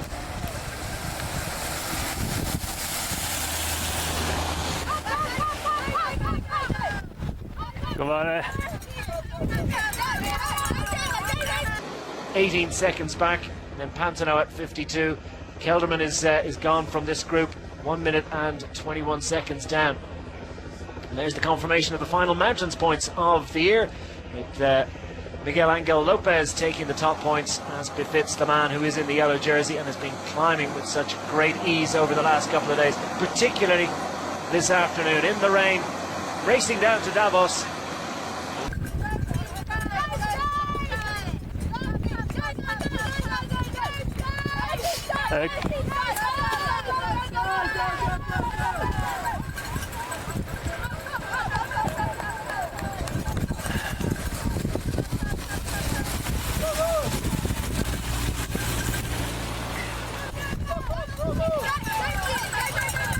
Your yellow jersey, there's one on underneath that rain jacket.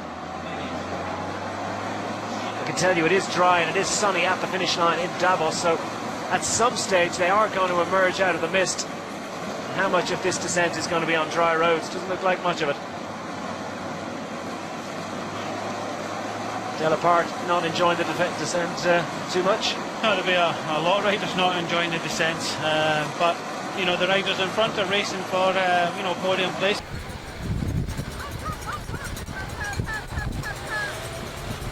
Hey, Kevin.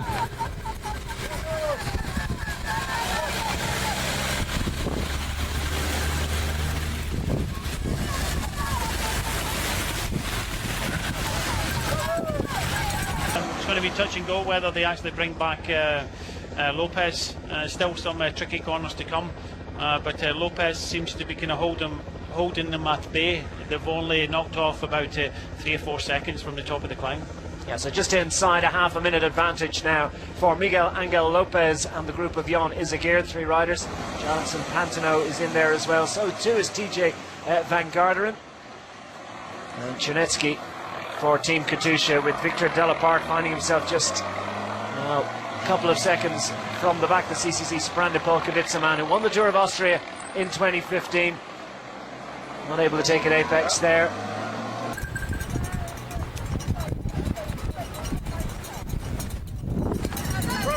Or two with every hairpin that's presented to him. Still though, he's managing to hold off the riders behind. Big opportunity here for Izagirre to move up. Also Pantano can move up for IAM, and what a wonderful result that would be for the local team. So Pantano has got a possibility of moving up here, but he really needs to, these gaps to open a little bit wider now. TJ Van Garderen as well started the day 7th overall, so an opportunity to move up to 6th. Wilco Kelderman distanced on the climb, and just 5 seconds between those 2 riders as they started the day.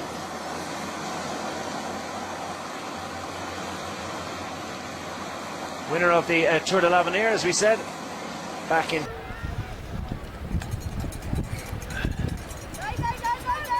Hey, come on.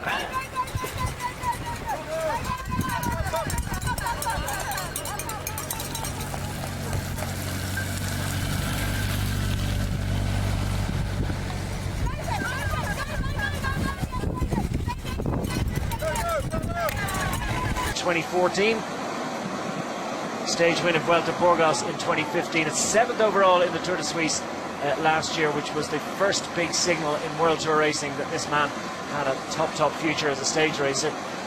Miguel Ángel López now, well, he's odds-on favourite if he can keep it together on this descent. 23 seconds, they're starting to close it down, so López not taking any huge risks. Now the group of Izagirre starting to open up a bit more of an advantage over the 26 seconds, 27 seconds now between themselves and the Talansky group chasing. Well, TJ is doing a big turn now in this descent.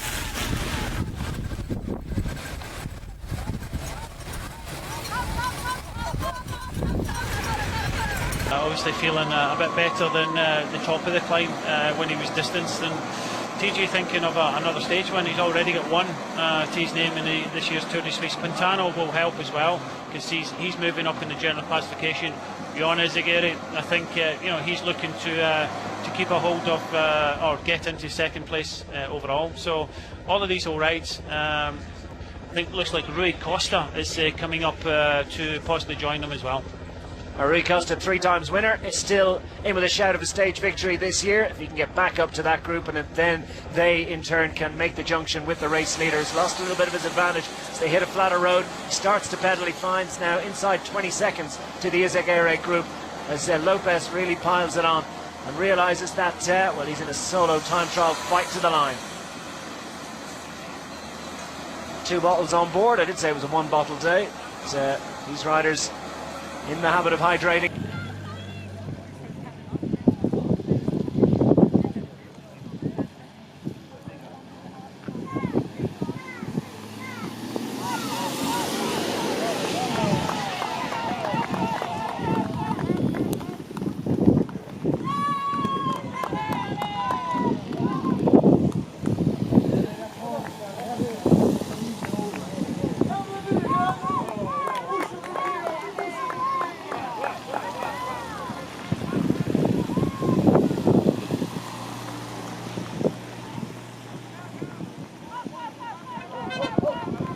Even on a wet day.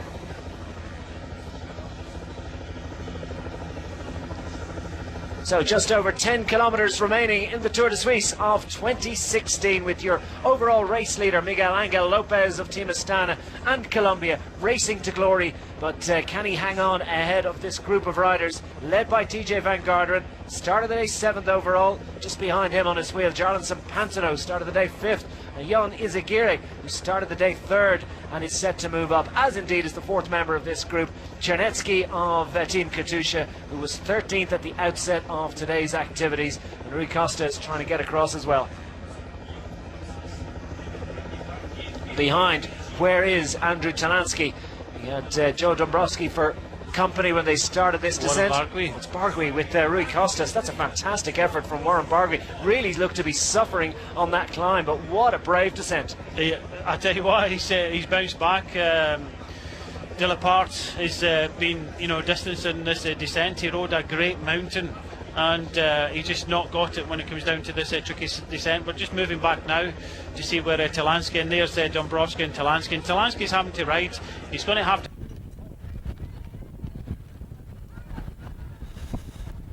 Go on.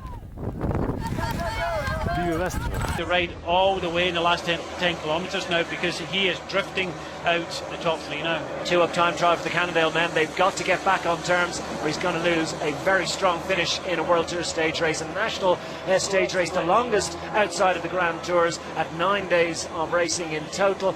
As we survey the scene in the group chasing behind with this is Chislik on the front. Verva Active Jet. And all those riders are riding. I know what I'm saying. Of course, it's Pantano. It's the second group on the road. Izagirre. Everybody riding. Now, Talansky with Dombrowski on the front. Talansky at the back with his rain jacket.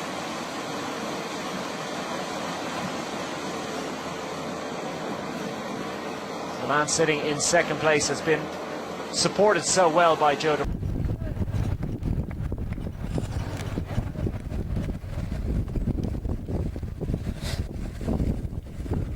Go on. Go on, Peter.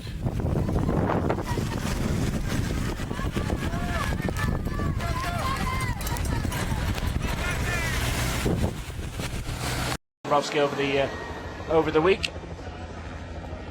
Now TJ Van Garderen pushing hard to try and close that gap. The race leader has been dragged back, so now we have a group of 5 up front. Inside 8 kilometres to go. Yeah, I don't think the bonuses will come into play now.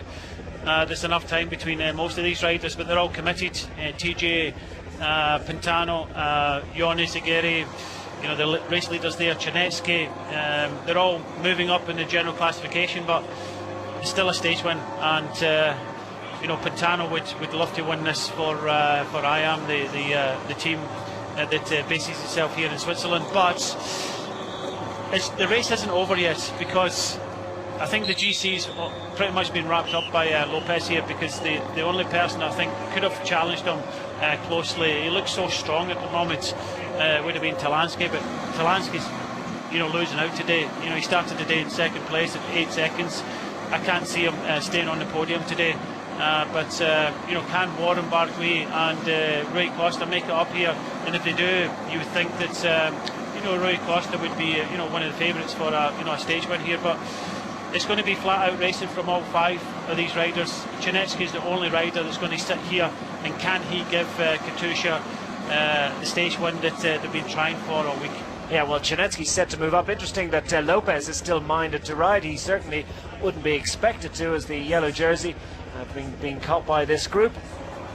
Still wants to charge on to put Andrew Talansky as far behind him as possible. I think so, because you know, 10, 6 and 4 on the finishing line. If Talansky comes back here, you never know. I know there are other faster riders, but if Talansky was to win the stage and López outside the top 3, then you know, Tour de Suisse would be his. But I can't see that happening now, and it's López's best interest. Jon Izagirre moving up into second place. Pantano obviously moving up. He needs a little bit more time, but I think Warren Barguil and Rui Costa, it would be nice to know what time gap back to the 2 riders, because Warren Barguil is hanging on by his fingertips to a possible podium place here in Tour de Suisse. So pretty much on the bottom of the hill now as Jarlinson. Pantano takes the group ahead and racing in towards Davos with Jon Izagirre across the railway crossing very shortly. Jon Izagirre goes to the front. Is he moving up into second place overall? TJ Van Garderen in the red of BMC, already a stage win. Can he make it a double? Sergei Chinetsky is sitting at the back in the red of Katusha, and that would be a fabulous achievement, and he's going to roll the dice and see if the group will tow him to glory, and will he be able to produce the sprint at the back end. Chinetsky with a big opportunity on the front in the red of the BMC squad, local sponsored team, and from the United States, looking for a double stage success. Jon Izagirre is looking for a double as well. Superb time trial performance. Can he win a mountain stage, albeit an extremely short one? But this is a World Tour bike race, and these are big points on offer. Just saying there, they just pulled out the car there, and a couple of the riders just looked back. I think you know, Rui Costa and Warren Barguil are getting very, very close, and Warren Barguil is going to tow Rui Costa as much as he can, because he's fighting to keep that or to go on to the podium, while Rui Costa can afford to kind of help him a little bit, but keep a little bit back, just in case Warren Barguil tows him up to this leading group. Potentially Rui Costa could be possibly winning the stage, but they have to get there first, that's the thing, and Rui Costa can't afford to wait behind. Well, now they're starting to jockey for position a little bit. Jarlinson Pantano finds himself with a few bike lengths of an advantage. It's Izagirre that's going to close the gap. López is on the wheel of the Spaniard. And TJ Van Garderen and Sergei Janetsky find themselves with a little bit of work to do. Janetsky doesn't want to have to close the gap, but Van Garderen is going to make him, I think. Izagirre goes again and catches Pantano. So the group has split. Will Van Garderen be able to get back on terms? So the first skirmishing beginning with just 3 kilometres remaining in this year's Tour de Suisse. Will Warren Barguil be able to get back on terms? That little flurry of attacks won't have done him any favours. Will they stall now? Well, that's the thing, they have to keep on riding because the riders behind will pounce very, very quickly. They are still thinking the stage when it does look as if Jon Izagirre is doing what he wants to do. He wants to keep the pace high. He wants to make sure he gets that second place. Pantano wants to ride as well because he needs as much time as possible because Warren Barguil is just sitting behind.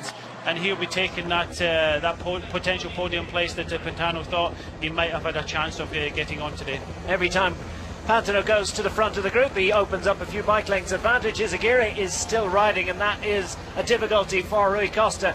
And Warren Barguil behind Rui Costa certainly is giving him a turn. And has he managed to note the two of them still together, and Rui Costa on the front, Warren Barguil.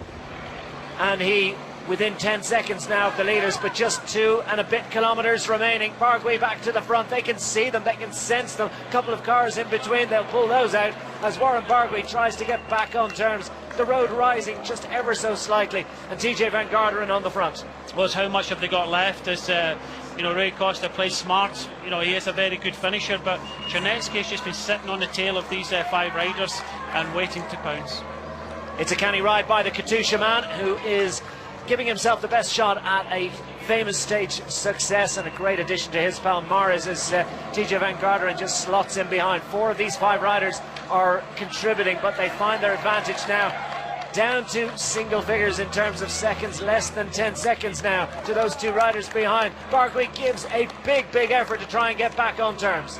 I think this effort now by Jon Izagirre means that I don't think it's now possible that Rui Costa and Barguil are going to make it now. Even if they do make it now, they're going to be very, very tired. So Jon Izagirre is just setting a hard enough tempo, setting someone else up for a stage win here, because all he's interested in is making sure he gets second overall. And where is Andrew Talansky? Further back and perhaps being distanced and losing out on a podium finish in a World Tour stage race, a national stage race. The Tour de Suisse, a little bit of a benefit from the wind, and they'll go down to a couple of hairpins inside the final kilometre, and that will mean that they'll be heading into a bit of a headwind, and the backstage will get full notion of that very shortly as Izagirre leads them through this left-hander.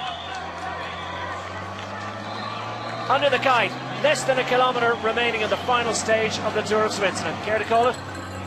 Well, I think Janetsky's been sitting there at the rear of this group, and I think he is the favourite to win this stage. Well, here comes the jump from TJ Van Garderen. Izagirre is alive to that one, and Van Garderen has to tuck back in. I think maybe he was thinking about it, but didn't quite get there. Warren Barguil and Rui Costa are still trying to chase, but it's 5 riders that are going to contest this stage victory. That would appear to be the case. Janetsky still sitting at the back. How much energy has he been able to save? Jarlinson Pantano has been working hard just in front of him. TJ Van Garderen from BMC is in the middle of the group. The overall race leader, Miguel Ángel López, is racing to glory. Can it be stage success as well? Izagirre has been doing most of the work. Will he have anything left for a finishing sprint? Seems unlikely at the moment. López is sitting second in line as we're inside the final few hundred metres. Janetsky's going to launch from the back. Pantano goes first. Will Janetsky be able to get around him? It's Pantano going for glory in Davos this afternoon. Jarlinson Pantano with Janetsky behind him inside the final 50 metres. Here comes Janetsky around.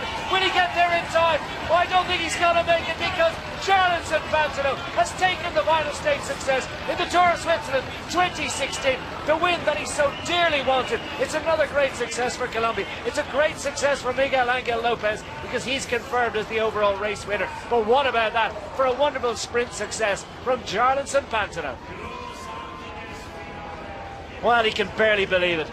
What a fairy tale ending it was for Pantano there, taking the stage win, and well deserved. He rode a very good stage, and I tell you what, with Matthias Frank, and the congratulations from the 2 Colombians there, Lopez and Pantano. What a well deserved victory, and it'll be really happy camp for the IAM riders.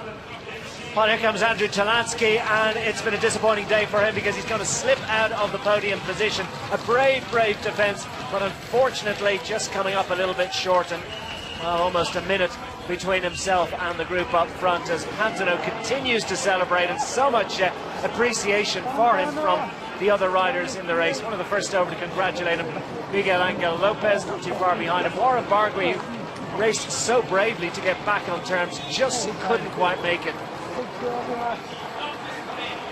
And Pantano is absolutely He came here as a support rider for Matthias Frank. Matthias Frank climbed off.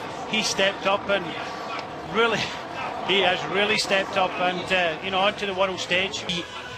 Stage wins in the history of the Tour de Suisse, and this year Pantano's just made that 5 now, so they've had 2 with Atapuma and Lopez there, Pantano, but with Lopez winning the overall, it's been a great Tour de Suisse for the Colombians.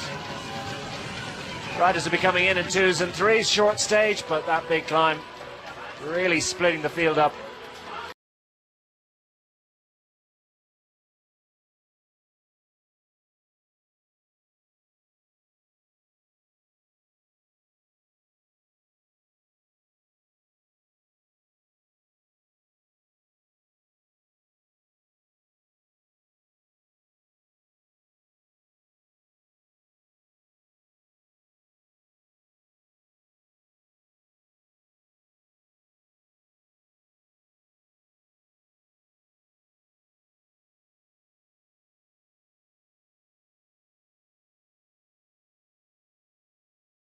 Confirmation of the finishing order at the end of the 9th stage, with Pantano getting the sprint success ahead of Sergei Chernetsky. Jan Izagirre, great work, 3rd on the day.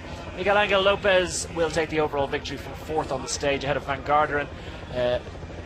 Rui Costa, Warren Barguil, Talansky, Victor Delaparte and Joe Dombrowski gets a top 10 finish after his sterling efforts.